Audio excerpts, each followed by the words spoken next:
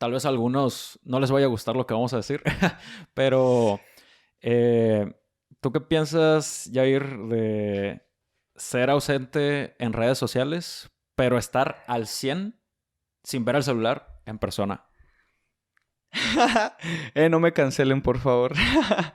Pero yo pienso que es algo que a mí, a lo personal, me encanta hacer. A mí me encanta que cuando estoy con una persona, ya sea individualmente con esa persona o ya sea con un grupo de amigos, estar consciente y estar tratando de estar en ese momento.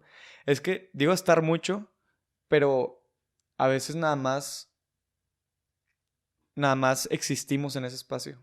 A veces estamos en una fiesta y estamos existiendo, ni siquiera estamos pensando en otras cosas, estamos preocupados, estamos tristes, estamos en otro planeta completamente. Y cuando realmente estamos presentes en el momento, con las personas, en una fiesta o individualmente, puedes aprender, puedes apreciar, puedes comunicarte inclusive con esa persona de maneras que nunca te imaginabas. O sea, yo siento, entre más tiempo convivas con esa persona, con ese grupo de personas, vas aprendiendo maneras de comunicarte sin tener que hablar.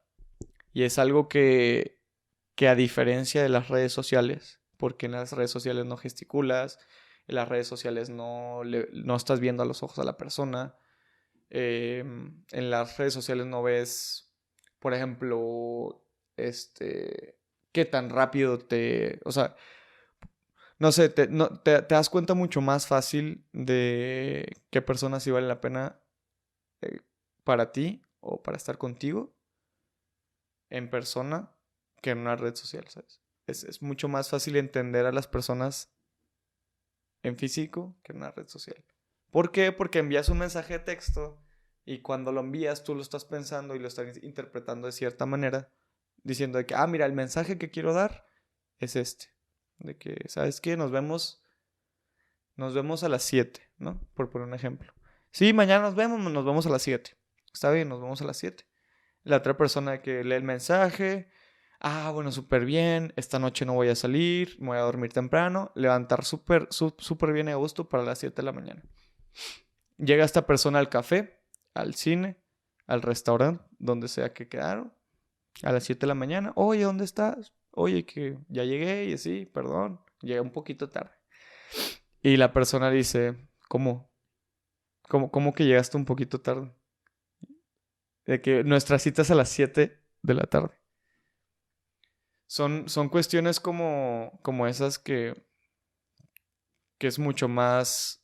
O sea, por ejemplo, si lo dices verbalmente con alguien presencial, es como 7. Bueno, 7 de qué? ¿De la mañana o de la tarde? Y ya se lo aclaras en ese momento. Es mucho más sencillo. Yo no entiendo por qué la gente se queja tanto de que no contesten en redes. Pero bueno.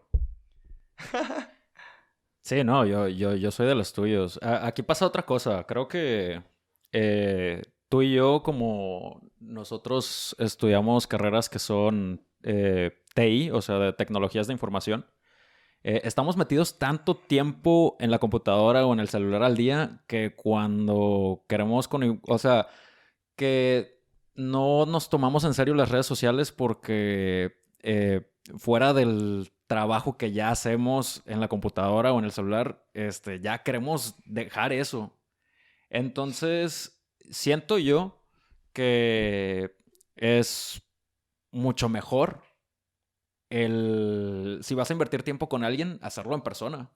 O sea, además de toda la información que se pierde, como dices tú, de hacerlo Ándale. por texto o por notas de Mensaje. voz, etcétera, ¿no?